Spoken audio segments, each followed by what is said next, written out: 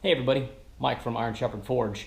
I've had a lot of questions in the past about how I move steel plates around. I posted some pictures on my Instagram of a plate clip and some magnets, and I posted yesterday I modified a cart I found to hold my steel. So here's a short video of how I move my stuff around using a Harbor Freight 2-ton engine hoist, plate clip that I picked up off of eBay, and I haven't shown the magnets here because I haven't needed to, but I use a couple of plate lifting magnets when I'm positioning stuff on the table.